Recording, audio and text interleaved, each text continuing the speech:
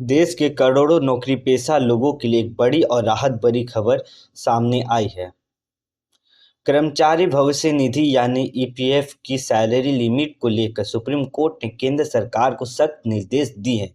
Court ने साफ कहा है कि 15,000 की मौजूदा सैलरी सीमा पर 4 महीने के अंदर अंतिम फैसला लिया जाए। दरअसल ईपीएफ की सैलरी लिमिट को आखिरी बार साल 2014 में 6,500 से बढ़ाकर 15,000 किया गया था, लेकिन पिछले 11 सालों में महंगाई, न्यूनतम वेतन और जीवन यापन का खर्च कई गुना बढ़ चुका है, जबकि ईपीएफ की लिमिट वहीं की वहीं अटकी हुई है। सुप्रीम कोर्ट ने इसी मुद्दे पर सुनवाई के दौरान सरकार से सवाल किया है कि जब कई राज्यों में न्यूनतम वेतन ही 15,000 से ज्यादा है, तो फिर ईपीएफ की सीमा इतनी कम क्यों?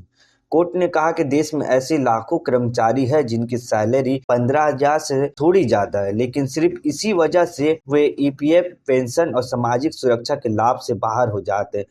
इसका सीधा असर उनके रिटायरमेंट फंड और भविष्य की सुरक्षा पर पड़ता है। सूत्रों और ईपीएफओ की सब कमेटी की सिफारिशों के मुताबिक सरकार ईपीएफ की सैलरी लिमिट को 21,000 या 25,000 तक बढ़ा सकती है। फिलहाल ईपीएस यानी पेंशन स्कीम में 15,000 की लिमिट पर अधिकतम 1,250 मासिक योगदान होता है। अगर ये सीमा 25,000 हो जाती है तो पेंशन फंड में योगदान और रिटायरमेंट के समय मिलने वाली रकम काफी बढ़ जाएगी।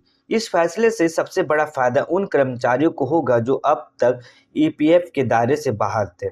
देश में फिलहाल 7.4 करोड़ एक्टिव योगदानकर्ता है, जबकि कुल 32 करोड़ ईपीएफ अकाउंट्स मौजूद हैं। नई लिमिट लागू होने के बाद करोड़ों नए कर्मचारी ईपीएफ सिस्टम में शामिल हो सकते हैं, जिससे उन्हें बेहतर पेंशन, बीमा और सामाजिक सुरक्षा मिलेगी। सुप्रीम कोर्ट ने सरकार और ईपीएफओ को 4 महीने की स्पष्ट समय सीमा दी है और कहा है कि वेतन की स्पष्ट परिभाषा तय की जाए ताकि भविष्य में कोई भ्रम या विवाद ना रहे। कुल मिलाकर सुप्रीम कोर्ट के इस सख्त रुख के बाद नौकरीपेशा वर्ग में उम्मीद की नई किरण जगी है। अब देखना ये होगा कि सरकार इस पर कब और क्या बड़ा फैसला लेती है।